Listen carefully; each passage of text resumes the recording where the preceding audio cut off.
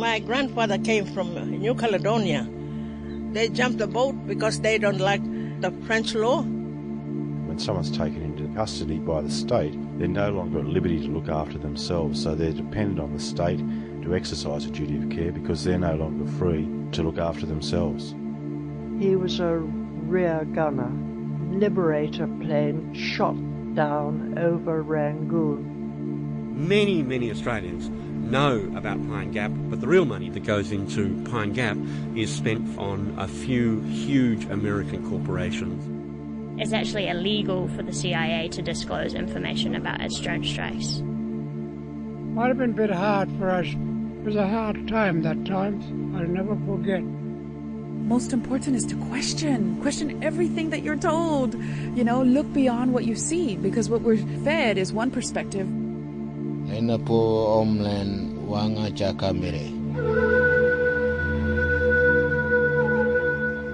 Warfare, Part 1. America's biggest spy base in the world, Pine Gap. Chapter 1, with Greens Senator Scott Ludlam and Professor Richard Tanter at the Peace Conference.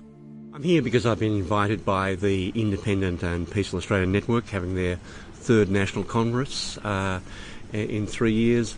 It's really, I think, the beginnings of a slow rebuilding of the national peace movement, which was so big during the 1980s, but with the end of the Cold War slowly ebbed away.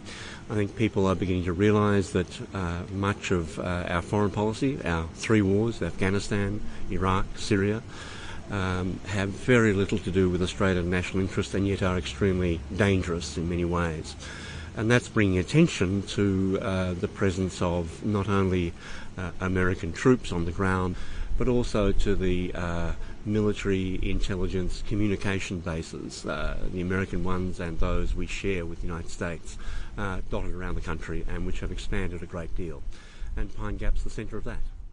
Well, we're fortunate here at this conference that some of the best researchers in the country on the capabilities that are there at Pine Gap that have been developed over the last 50 years. People like Professor Richard Tanter, who's worked with researchers from around the country to assemble the best picture that we have of what happens at Pine Gap, and more importantly, how the capabilities at Pine Gap are patched into global networks of surveillance, and the fact that it's a warfighting base. It's not simply about listening anymore.